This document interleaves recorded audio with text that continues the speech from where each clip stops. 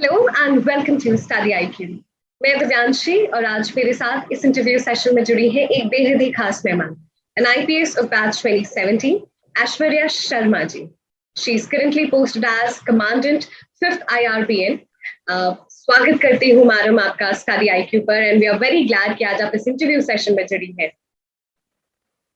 Thank you Divyanshi. I am also very happy कि मैं आज इधर हूँ और आपसे बातचीत कर रही हूँ। मैं मैडम के बारे में बता दूं तो she is an IPS, she in AGMUT cadre. लेकिन हम जब भी एक आईपीएस ऑफिसर की बात करते हैं तो we they are involve always in the law and order, maintaining the proper good of the city. लेकिन मैडम एक ऐसे इनिशिएटिव के साथ हम सभी के साथ जुड़ी हैं। She has set up school और उसके बारे में हम बातचीत करेंगे। तो एक बार फिर स्वागत है मैम, एंड फिर से मैं यही कहूंगी कि we are very glad that you have consented from your busy schedule for this interview. No, thank you so much for having me. And it's always good to talk about the initiatives that we take. So it's a good platform to discuss about the school and everything that we've come up as a team. So I'm really happy to be here. Madam, हम IPS की life के बारे में हमेशा curious रहते हैं कि how is the post UPSC CSC life, what is the life of an typical IPS officer. लेकिन उससे पहले जो आईपीएस बनने से पहले की जो जर्नी आपकी रही है उसके बारे में अगर आप हमें एनलाइटन कर सकें। You have been you were an engineer and you also comes from a police background. Yes, so my father is also an IPS officer of the 1989 batch, and I've always seen the uniform growing up. My father is from MP cadre, and we're basically from MP. So my father was lucky to have home cadre. So we grew up living the police life, but as sons and daughters, not as a police officer, but still you get the basic feel of it. You see the discipline, you see the uniform, you see the duty that comes, you see the sacrifice, you see the power, you see everything that comes, the whole journey you are able to see. So when I was very small, and once when my father was called as the chief guest in one of my annual functions in school, I saw the kind of admiration and respect and everything that he got. The entire school was spellbound with his presence, and that's when I think I had made up my mind that I also want to wear that uniform. Basically it was the pride in uniform that had motivated me to take it up, but I was really young then. And slowly as I grew up, this dream became a passion. And then it was not just about the police initially, it was at least getting into the civil services, being a part of the government, and getting into the policy making. So that was the idea later. And as destiny had it, in my second attempt I secured a good rank and I got Indian Police Services. And then I was more than happy because it had been a childhood dream to don the uniform, and then I got the opportunity. So I did not write the exam again, and I happily joined the IPS. I was pursuing electrical engineering from NIT Bhopal, and that in my third year only I had started my preparation. In my final year, I got placed in a multinational. It's a French multinational. It's called Alstom. But I had decided that I wanted to pursue civil services, so I did not take up that placement offer. And I continued preparing. My first attempt I gave right after 2 months of college, and I managed to clear prelims, but I could not clear mains. I wasn't prepared well for my optional. In my second attempt, I changed my optional from electrical engineering to economics, and that's the year that I cleared this exam. And so here I am then in IPS. The childhood dream culminated into reality. But मैं एक general public general aspirants जो prepare करते हैं, what should be the correct idea of civil service? क्योंकि हम ये हमेशा this is also a lot of times asked in the interview, what was your idea of civil service? Why civil service? So now since you are on the other side, you know civil service क्या है actually? It's not about the chakachond always. So can you tell about this? Oh no. So the Chaka Chand is there and you like it and you appreciate it, but it's like the initial maybe 10 days when you become the SP and you see everything. After that, you get used to it, and that's not the thing that really lasts or attracts you. For me, it was always about the platform. See, when you are very fortunate if you are clearing the civil services and you're getting this platform at such a young age. You're taking decisions that are impacting millions of people, and it's a post of huge responsibility, huge learning, and huge exposure and experience. The kind of people you meet, the kind of people you interact, every day is a new day. You're meeting new people, you're learning about new things, and you're growing.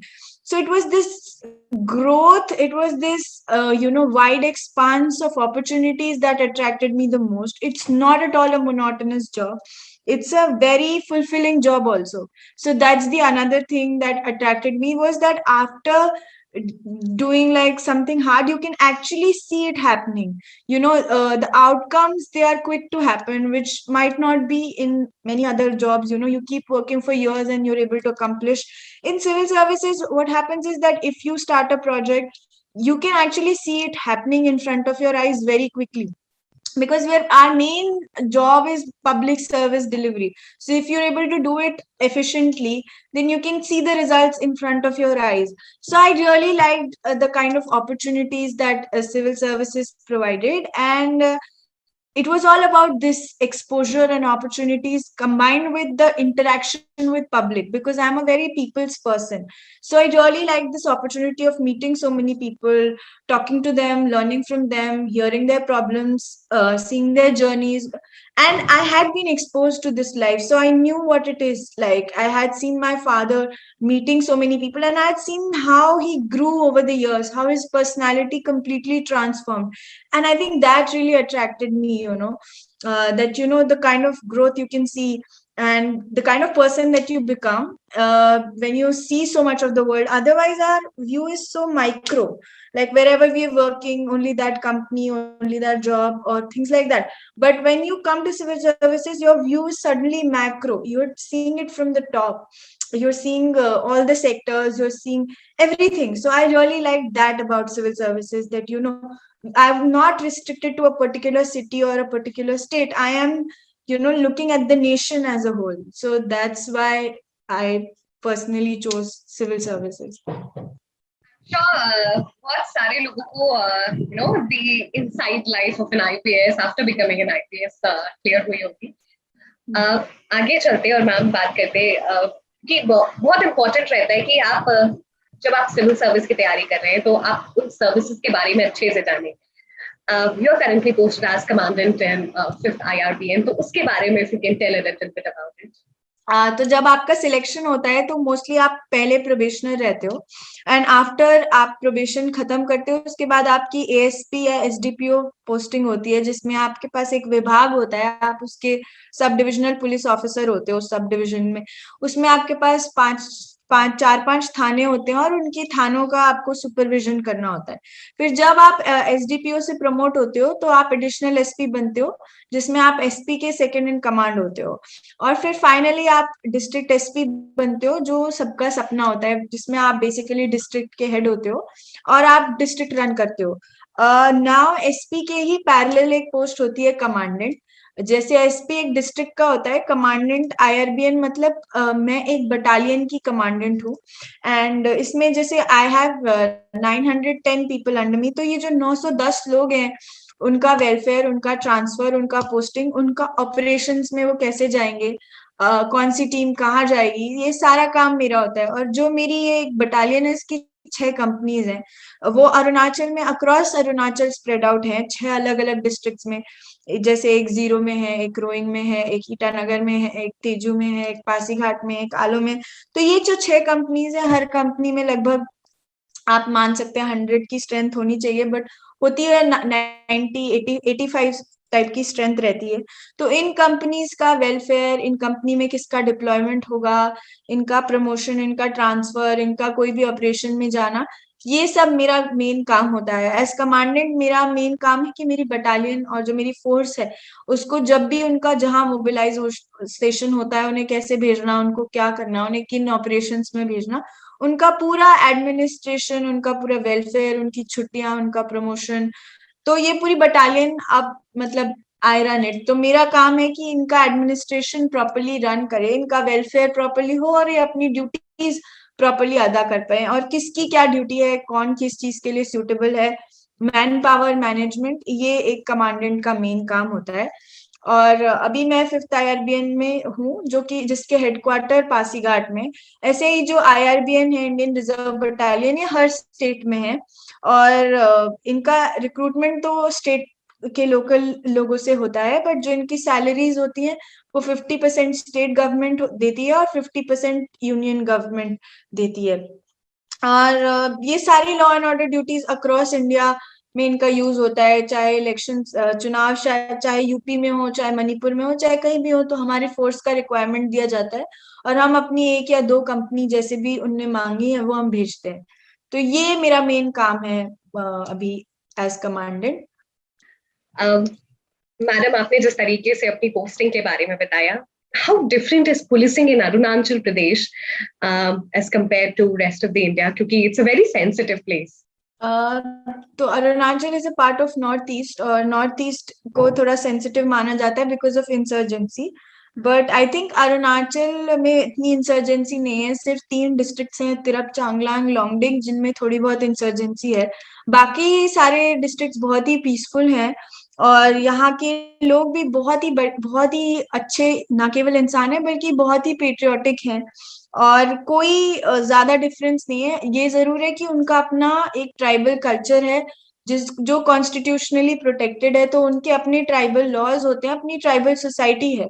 तो उनके कुछ rituals, कुछ customs ऐसे हैं जो mainland India से शायद थोड़ा बहुत डिफर कर सकते हैं, but at the heart it's completely like any of the other Indian states. और कोई खास डिफरेंस नहीं है। यहाँ भी लोग उतने ही अच्छे हैं, उतने ही अब पढ़े लिख भी रहे हैं, उतनी अब उनको भी अपॉर्चुनिटीज मिल रही हैं, जो पहले थोड़ी मुश्किल थी क्योंकि यहाँ पे कनेक्टिविटी इश्यूज थे। बट अब रोड्स अच्छी बन जाने के कारण, ब्रिजेस अच्छे बन जाने के कारण यहाँ भी डेवलपमेंट बहुत ही क्विकली आ रहा है। जो डिफरेंस होता है वो यही रहता है कि यहाँ पे आपको जो उनके वैल्यूज और कल्चर है उसके दायरे में रहकर ही पुलिसिंग करनी होती है। आप जो चीजें बाकी जगह करते हैं, यहाँ पे हो सकता है वो काम ना करे। यहाँ पे कई बार फोर्स काम नहीं करता है, आपको उन्हें परसुएड करना पड़ता है, प्यार से समझाना पड़ता है। हर जगह एक स्ट्रेटजी नहीं काम करती है। और दूसरी बात, यहाँ पे पीसफुल प्रोटेस्ट का बहुत कल्चर है, या उस टाइप की प्रोटेस्ट का कल्चर है, स्टूडेंट यूनियंस का कल्चर है। तो आपको उनको सबको साथ में लेके चलना होता है, सारे स्टेक होल्डर्स को। ये चीज बाकी जगह पे भी होती है, बट यहाँ पे उनको ज्यादा कॉन्स्टिट्यूशनल प्रोटेक्शन है उनकी सारी चीजों को, उनका प्रॉपर रिकग्निशन है। यहाँ का जो गांव बूढ़ा सिस्टम है वो ऑलमोस्ट पंचायत से सेम है, बट यहाँ उनकी प्रॉपर ऑफिशियल पोस्ट होती है। गांव बूढ़े की प्रॉपर यूनिफॉर्म होती है। He is suppose to be the head of the village, मतलब ही या दे, मतलब इट कैन बी 3-4 गांव बूढ़े भी हो सकते हैं if the village is big. तो वो जो गांव बूढ़ा होता है, he plays an essential role in everything। अगर कुछ लॉ एंड ऑर्डर भी होता है या क्राइम भी होता है, तो हम उनको भी we take him along and then we utilize his experience और उनका जो इम्पैक्ट है सोसाइटी में, तो उनको साथ लेके चलते हैं। अरुणाचल का कल्चर इज जस्ट ब्यूटीफुल। यहाँ इतने सारे ट्राइब्स हैं, सबके अपने लैंग्वेजेस हैं, सबके अपने बिलीव्स हैं, तो कई बार क्लैशेस होना भी नेचुरल है। तो आपको ये सारी चीजें समझना पड़ता है कि कौन सी ट्राइब का क्या कल्चर है, किस चीज से उनको क्या ऑफेंस हो सकता है, क्या किसी 2 ट्राइब्स में झगड़ा हो सकता है। तो ये सब चीजें आपको थोड़ी स्टडी करनी पड़ती हैं, और ये आई थिंक थोड़ी डिफरेंट है कंपेयर टू मेनलैंड, जो यहाँ की डाइवर्सिटी है। बाकी तो it's just like India, rest of India, it is India. And यहाँ पे भी people are as patriotic as any other state, if not more. वो सारी चीजें 15 अगस्त, 26 जनवरी उतने ही उत्साह से मनाते हैं। एंड इवन एज ऑफिसर्स, यहाँ कॉमन लैंग्वेज हिंदी ही बोली जाती है। सबकी अपनी अपनी ट्राइबल लैंग्वेज है, बट उससे वो सिर्फ अपने ट्राइब में कन्वर्स करते हैं। कॉमनली आपस में हिंदी ही बोलते हैं। तो मुझे एज सच कोई मेजर इशू नहीं हुआ यहाँ पे आके इन टर्म्स ऑफ पुलिसिंग या लैंग्वेज। बहुत ही ओपन हार्टेडली वेलकम करते हैं। एंड अब तो इट फील्स लाइक होम, मतलब इट्स बिन 1.5 साल 2 साल होने वाला है मुझे सितंबर में। तो अब काफी अपनापन मिलता है इधर से। तो अब ऐसा लगता ही नहीं है कि मैं इस स्टेट की नहीं हूँ। I think as civil servants हमें ये अपॉर्चुनिटी मिलती है कि हम जिधर जाते हैं वहीं के हो जाते हैं, बिकॉज हम वहीं रहते हैं, वहीं के लोगों के साथ उठते बैठते हैं। हम अभी सर्विस में जितना भी टाइम हुआ है, ऐसा कोई इंसिडेंट जो आप हमेशा याद रखेंगे, ऐसा कोई केस आप इन्वॉल्व रहे हो, if you would like to share that? तो ऐसे तो काफी सारे इंसिडेंट्स हुए हैं, बट जो सबसे ज्यादा बड़ा इंसिडेंट था जो मैं कभी लाइफ में नहीं भूलूंगी, आई थिंक वो था जब मैं प्रोबेशनर थी। ओरिजिनली मेरा महाराष्ट्र काडर था शादी के पहले। तो मैं कोल्हापुर में पोस्टेड थी और मैं एएसपी थी। तो वहां पे मैं एक रेड के लिए गई थी। मेरे एसपी सर ने मुझे भेजा था कि वहां पे मटका का एक प्रॉब्लम होता है, गैम्बलिंग का, जिसके लिए पुलिस जब भी इंफॉर्मेशन मिलने से वहां जाके रेड करता है और पूरी चीजें सीज करता है, और appropriate sections of the law में हम केस रजिस्टर करते हैं। तो मैं जब उधर रेड के लिए गई थी तो अपनी टीम के साथ गई थी। हमने वहां पे एक्चुअली लोगों को पकड़ा भी खेलते हुए, और सारे नंबर्स और चिट्ठी सब सीज भी किया, उनका पूरा सामान, बट हमें कैश नहीं मिला। तो जब पूछा गया तो पता चला कि जो कैश किससे वो डीलिंग कर रहे थे वो एक सामने वाले घर में है। वो एक रिटायर्ड किसी पॉलिटिशियन का उनने घर बताया, लोकल जो बताया। ज्यादा हमको आइडिया नहीं था क्योंकि हम रात में रेड करने के लिए गए थे, और सर ने जैसे ही मैसेज किया था इमीडिएटली हम लोग अपनी टीम के साथ गए थे।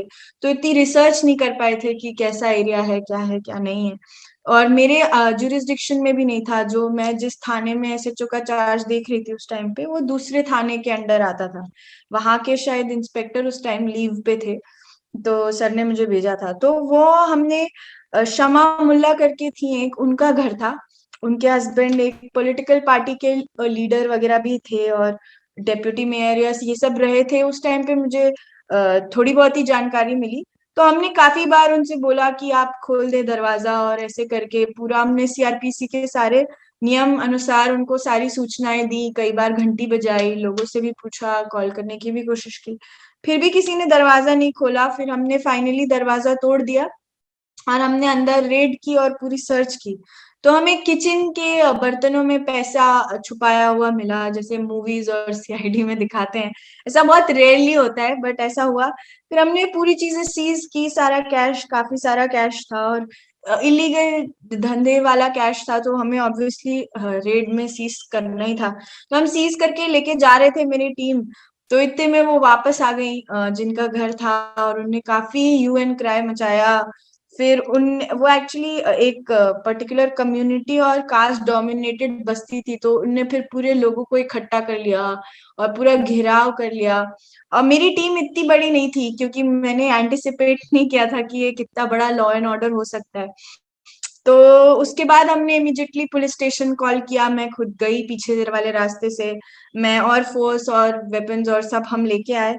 फिर हमने सारी सिचुएशन कंट्रोल में कर ली, बट इतने में उनने मेरे पीएसओ की काफी उसके साथ मुठभेड़ की, उसके शर्ट वर्ट फाड़ने की कोशिश की, उसको वो किया। तो काफी सिचुएशन वोलेटाइल हो गया था। फिर फाइनली हमने सबको अरेस्ट किया, और पूरी चीजें कंट्रोल में आ गई। बट वो बहुत बड़ा केस बना, और बाद में जो मेरे एसपी सर थे उनने उस पे मकोका भी लगाया, और वो केस बहुत ऊपर तक गया, हाई कोर्ट तक भी गया। और सर ने उसमें काफी अच्छा काम किया, और सर को उसके लिए काफी सारे अप्रिसिएशन भी मिला। एंड एज ए प्रोबेशनर भी मैंने उस केस से बहुत कुछ सीखा। ना केवल ये, बल्कि ये भी कि आपकी टीम आपके लिए, अगर आप अपनी टीम को अच्छे से रखते हैं तो वो आपके लिए कुछ भी करते हैं, मतलब जान भी दे सकते हैं। मतलब इतना लॉयल्टी होता है, और कितना रिस्क भी होता है। हमें मतलब हमेशा सब चीज एनालाइज करके जाना चाहिए। और मतलब ये बहुत ही बड़ा ऑपरेशन था, इनमें वो पूरा सक्सेसफुल रहा, बट इसमें कुछ गलत भी हो सकता था। तो ये मेरे लिए सबसे ज्यादा बड़ा लेसन था। शुरुआत में ही, मैं तब प्रोबेशनर थी, नई नई आई थी सर्विसेज में, जोश बहुत था लेकिन इतना एक्सपीरियंस नहीं था। तो उस चीज ने मुझे बहुत एक्सपीरियंस दिया, और मुझे उसके लिए बहुत अप्रिसिएशन भी मिला था। और लेकिन एट द सेम टाइम मैंने उससे काफी कुछ सीखा था। मतलब शायद मैं और रिसर्च करती, शायद मैं और ज्यादा लोग ले जाती। वो सब चीजें जो मैंने सीखी थी उस ऑपरेशन के बाद। इसके अलावा भी कई ऐसे मर्डर केसेस थे, कई। जो सबसे पहला सुसाइड केस मैंने इन्वेस्टिगेट किया था, तो उसमें जो लड़की ने सुसाइड किया था वो लगभग मेरी उम्र की थी। रात के 4 बजे जब पहली बार मैंने वो सुसाइड केस देखा, उसकी बॉडी हैंगिंग पोजीशन में थी, तो इनिशियली मेरे को बहुत ही अलग अजीब लगा था, क्योंकि मैं अकेले रहती थी और मेरा पहला केस था। बट धीरे धीरे मतलब आप अकस्टमड हो जाते हो कि आप इमोशंस की जगह पहले अपना नॉलेज यूज करना शुरू करते हो कि अच्छा कितने बजे मारा, तो कैसे मरा, क्या हुआ, कोई मर्डर का कुछ तो इन्वॉल्वमेंट नहीं है, फैमिली का तो कुछ प्रॉब्लम नहीं था, क्या रीजन था कि वो सुसाइड किया, सुसाइड नोट कहाँ है, कैसे क्या है, और पोजीशन कैसी है बॉडी की, हैंगिंग ही है कि किसी ने मार के हैंग कर दिया। मतलब फिर आप मतलब पुलिसिंग वाला ब्रेन स्टार्ट करते हो। इनिशियली जब आप जाते हो पहली बार, आप देखते हो पूरा फैमिली रो रही है, बॉडी ऐसे लटकी हुई है, तो इनिशियली बड़ा हिट करता है। तो धीरे धीरे विथ एक्सपीरियंस आप सीखते हो कि कैसे पुलिसिंग पहले करना है, मतलब नॉट एज अ सिविलियन आपको रिस्पॉन्ड नहीं करना है, आपको as a police officer respond करना है। तो आई थिंक पहला केस ही सबसे डिफिकल्ट रहता है। उसके बाद तो आपको आदत हो जाती है बॉडीज देखने की, और फैमिली के साथ डील करने के, कैसे उनको संभालना है और कैसे उनसे इंफॉर्मेशन भी निकालना है, क्योंकि आपको केस अल्टीमेटली इन्वेस्टिगेट करना है बिना उनकी फीलिंग्स भी हर्ट किए। और आपको अक्यूज ढूंढना है, क्योंकि initial 24 hours after a murder are the most crucial. उसमें ही आप सबसे ज्यादा जानकारी देख सकते हो, जो उसी टाइम ही अक्यूज भाग रहा है या कोई गलती कर रहा है या कहीं छुपा रहा है, या मतलब उसी टाइम ही वो सबसे ज्यादा अलर्ट है। एक बार वो कहीं फरार हो गया फिर ढूंढना बहुत मुश्किल है। तो ये सब चीजें मतलब फर्स्ट केस सबसे ज्यादा स्पेशल होता है आई थिंक, क्योंकि उसमें ही आप सबसे ज्यादा सीखते हो। उसके बाद तो आपको रूटीन लगने लग जाती है चीजें। जैसे आपने बताया और जैसे केस को आप डिस्क्राइब कर रहे थे, बिल्कुल वी हैड दैट फील कि जैसा हम मूवीज या टीवीज में देखते हैं, that was very similar. I don't know if this question is valid, but after your rigorous training, when you come and you're posted at different places, और जब ऐसा कुछ इंसिडेंट होता है and you have that leadership position, आपको अपने subordinates को भी डायरेक्ट करना है, तो वो you know the quick set of response किसी भी सिचुएशन को एनालाइज करके, how do you motivate your team, वो कैसे होता है, channelising the powers that you have and giving instructions, वो भी करेक्ट होने चाहिए because your small order can escalate lot of things. बिल्कुल आप सही कह रही हैं। आई थिंक हमारी ट्रेनिंग बहुत टफ होती है। हमारी training is the toughest amongst all services. Indian police service की ट्रेनिंग मेंटली फिजिकली सबसे ज्यादा टैक्सिंग होती है और सबसे ज्यादा मुश्किल होती है। मतलब आप जो जो चीजें इमेजिन कर सकते हैं हम वो सब चीज करते हैं। 40 किलोमीटर्स का रूट मार्च 10 किलो वेट के साथ, वेपन के साथ, 1 हफ्ते जंगल में रहना बिना किसी रिसोर्सेस के, बिना किसी टेंट के, बिना किसी चीज के, अपनी राइफल लेके जाना, खुद जंगल में सरवाइव करना। बहुत सारे मॉड्यूल्स, एक्सीडेंट से रिलेटेड मॉड्यूल्स, मर्डर से रिलेटेड मॉड्यूल्स, इन्वेस्टिगेशन से related modules, postmortem visits, jail visits. मतलब हमारा जो ट्रेनिंग होता है बहुत ही कॉम्प्रिहेंसिव होता है और बहुत ही टफ होता है। तो at the end of the training the idea is कि आपकी मेंटल स्ट्रेंथ इतनी हो जाए कि आप कुछ भी हैंडल कर सको। मतलब हमें एकेडमी में ही इतना कुछ दे दिया जाता है हैंडल करने के लिए कि जब हम उससे बाहर निकलते तो हमें ऐसे फीलिंग आता है कि हाँ अब तो हम कुछ भी हैंडल कर सकते हैं। हमको हर चीज सिखाई जाती है। उसके बावजूद कई बार ऐसा होता है कि प्रेशर में कोई भी इंसान कभी भी गलतियां तो कर ही सकता है। To err is I think human, तो इतनी कोई बड़ी बात नहीं होती। बट ज्यादातर टाइम ऐसा नहीं होता है कि जब कोई ऐसी बड़ी सिचुएशन आती है जिसमें कुछ लॉ एंड ऑर्डर होता है, तो ऐसा कुछ डिस्टिंक्शन नहीं होता कि क्या सबऑर्डिनेट क्या सीनियर। इसमें आप एक टीम की तरह काम करते हो। हर कोई एक सजेशन देता है। आपका काम एज लीडर यही होता है कि आप सबको काम रखो। मेन ऑब्जेक्टिव क्या है उस पर केंद्रित रखो, और कौन सी पर्सन की क्या स्ट्रेंथ है क्या वीकनेस है उसको एनालाइज करते हुए आप उसको उसका रोल दो कि कौन, अगर कोई टेक्नोलॉजी और इस सब में अच्छा है तो उसको आप सीसीटीएनएस और साइबर के थ्रू सीसीटीवी में जो डेटा है, मोबाइल टावर से जो डेटा है, उस चीज के काम पे लगाते हो। अगर कोई बहुत एक्सपीरियंस्ड है, सर्विस में काफी सालों से है, तो उसके कुछ ना कुछ सोर्सेज होते हैं, डेवलप हुए होते हैं, तो उसको आप basic on ground investigation human intelligence के लिए लगाते हो। फिर कोई अगर इंटेरोगेशन में अच्छा है तो आप उसे इंटेरोगेशन में यूज करते हो।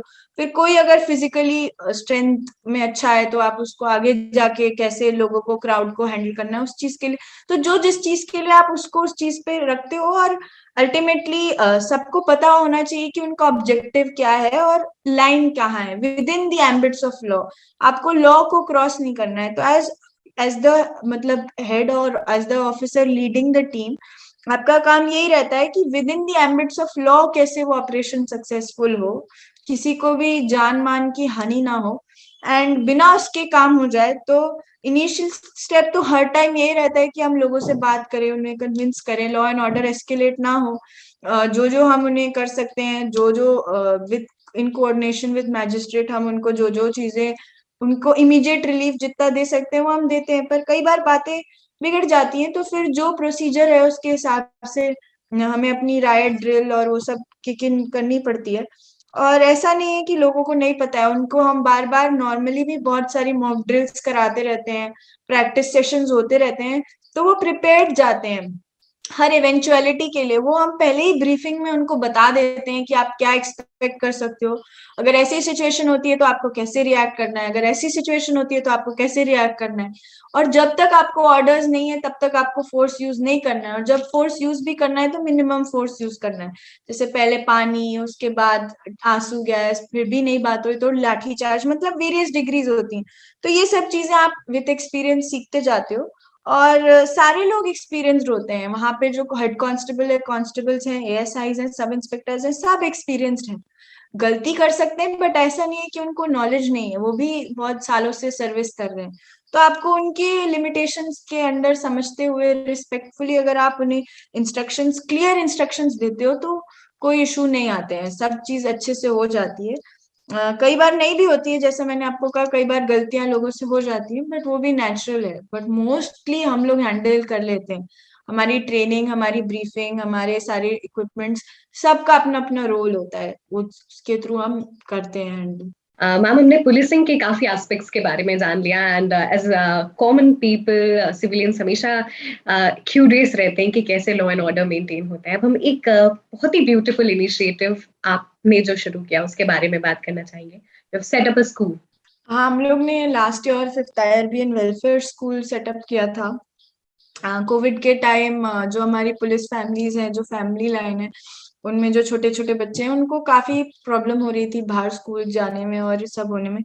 और जब मैंने ज्वाइन किया था तो मेरा बहुत इच्छा थी कि हम एक स्कूल सेटअप करें बटालियन का, क्योंकि हमारे पास एक खाली बिल्डिंग ऑलरेडी रेडी थी। वो हम एक एज अ बैरक यूज कर रहे थे, एज ट्रांजिट कैंप यूज कर रहे थे, जो भी लोग आ जा रहे थे, बट उसकी कंडीशन काफी खराब थी क्योंकि कोई भी उसमें परमानेंटली नहीं रह रहा था। और यूजली भी हमारा बटालियंस में होता है कि एक वेलफेयर स्कूल होता है यूजली।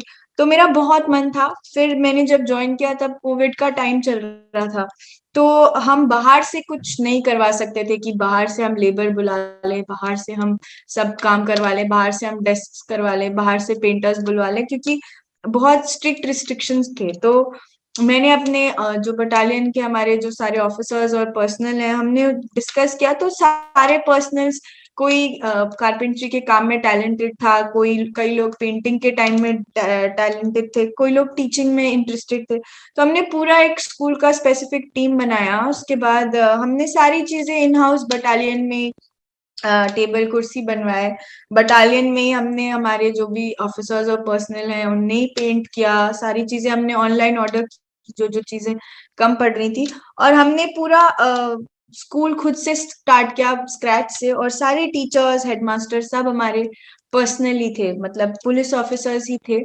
और वो अपनी ड्यूटी के अलावा ये एक्स्ट्रा ड्यूटी शाम को या जैसे भी करके मैनेज कर रहे थे। Basically it was double duty, और फिर भी वो कर रहे थे क्योंकि सब में ये था कि नहीं, एक बटालियन का अच्छा स्कूल होना चाहिए। और बहुत ही ज्यादा मैं इस प्रोजेक्ट, मतलब ये मेरे दिल के बहुत ही करीब प्रोजेक्ट था, तो हमने स्टार्ट किया। और धीरे धीरे, इनिशियली तो ज्यादातर पुलिस फैमिलीज के बच्चे थे, धीरे धीरे सिविलियंस भी आए। और फर्स्ट ईयर में हमारा 4 क्लासेस हमने स्टार्ट की, यूकेजी, एलकेजी और फर्स्ट एंड सेकंड, और अब लगभग 75 स्टूडेंट्स ने एनरोल किया। हमारे पर्सनल के बच्चों के लिए स्पेशल डिस्काउंट था, ऑब्वियसली। और अगर वो अपना दूसरा बच्चा, 2 बच्चे उनके पढ़ रहे हैं, तो दूसरे बच्चे की फीस हम अपने आईआरबीएन पर्सनल के लिए 50% वेव ऑफ कर देते हैं। तो क्योंकि ये स्कूल का मेनली इनिशिएटिव यही था कि हमारे पर्सनल जो इतनी ड्यूटी में बिजी रहते हैं उनके बच्चे सफर ना करें, उनको अच्छा एजुकेशन मिले इन स्पाइट ऑफ उनका बिजी शेड्यूल। और छोटे बच्चे हैं, बाहर भेजने में दिक्कत होती है बिकॉज हमारा जो बटालियन का कैंपस है सिटी से थोड़ा सा बाहर की तरफ है। तो फिर ये स्कूल हमने स्टार्ट किया and it did quite well. अभी रिसेंटली एजुकेशन मिनिस्टर आए थे हमारे और उन्हें स्कूल का विजिट किया और वो काफी मतलब खुश होके गए। उन्हें हमें 50,000 का कैश रिवॉर्ड भी दिया बच्चों के लिए और टीचर्स के लिए। तो it was a very satisfying moment for me, क्योंकि जस्ट अभी हमारा फर्स्ट ईयर कंप्लीट हुआ, सारे बच्चे पास भी हुए और काफी अच्छे परसेंटेज से पास हुए। और मेरा आइडिया यही था कि बच्चों की ओवरऑल लर्निंग हो, तो हमने उनके लिए हर चीज कराया, सिंगिंग, डांसिंग, पीटी, सारे विजिट्स जो भी इम्पोर्टेंट जगहों के, पिकनिक्स, कल्चरल परफॉर्मेंसेस और साथ साथ पढ़ाई, साइंस प्रोजेक्ट्स, मतलब पूरा कॉम्प्रिहेंसिव एजुकेशन उनको मिले। योगा भी करें और सब चीज सीखें, मॉरल वैल्यूज भी सीखें, टीम वर्क भी सीखें, साथ में काम करें। तो बहुत ही इस स्कूल से मैं बहुत क्लोजली कनेक्टेड रही पूरे टाइम और मुझे बच्चे बहुत पसंद है। तो जब भी मौका मिलता था, कोई भी वीकेंड पे कुछ भी उनके साथ इंटरेक्शन या कोई प्रोग्राम रखे, I use to spend time and it's always a very positive feeling. उससे आई थिंक वर्क लाइफ में भी जो स्ट्रेस होता है, जो भी प्रॉब्लम्स होती हैं, वो बच्चों के साथ पूरी पता नहीं चलती। तो उस लहजे से हमने स्कूल स्टार्ट किया था and it's now self sustainable. जो जो हमने उस पे खर्चे किए थे वो बच्चों की फीस और उस सबसे निकल गए हैं, टीचर्स का भी। तो अब the school is running in profit and now it is here to stay. मतलब with us officers the challenge is कि हम बहुत सारे इंस्टीट्यूशन स्टार्ट करते हैं, फिर हमारे ट्रांसफर होने के बाद वो कंटिन्यू नहीं हो पाते। कई स्कीम्स भी जो हम लाते हैं वो नहीं हो पाती। बट अब ये स्कूल सेल्फ सस्टेनेबल और प्रॉफिटेबल है, तो अब मैं रहूं ना रहूं वो स्कूल चलता रहेगा and that was the idea. So I am very happy and I am very proud of my entire team की उनने इतना आउट ऑफ द वे जाके ड्यूरिंग कोविड ये स्कूल सेटअप किया। And that's it, that's why it's a very it's an initiative that's very close to my heart and I think will always be wherever I go. Definitely, madam. And जैसे हम हमेशा सुनते हैं कि why one needs to join civil service. It's something giving back to the society, and you're actually proving it, giving back to the society in a very, very strong way. So very proud of this initiative, madam. Thank you so much. Thank you. And the school recently completed 1 year, and it's और जैसे आपने बताया कि अब it's self sustainable, और जैसे आपने एक और पॉइंट मेंशन किया कि कई चीजें स्टार्ट होती हैं but once it becomes self sustainable so it's there to last, and I am sure the school is going to progress and will last ever long. Yes, thank you. I'm hoping the same, that it will continue to, you know, encourage the kids and our personal and their kids especially, and even the outside kids who are living nearby, and it's a good platform. So my ultimate ambition is that they turn out to be good human beings. I think that's very important today, and they find their passion and place in the world. I mean, whatever they want to do, if the foundation is good, then when they grow up they'll be confident and they'll know what they want to do. There should be no fear in the minds of young children.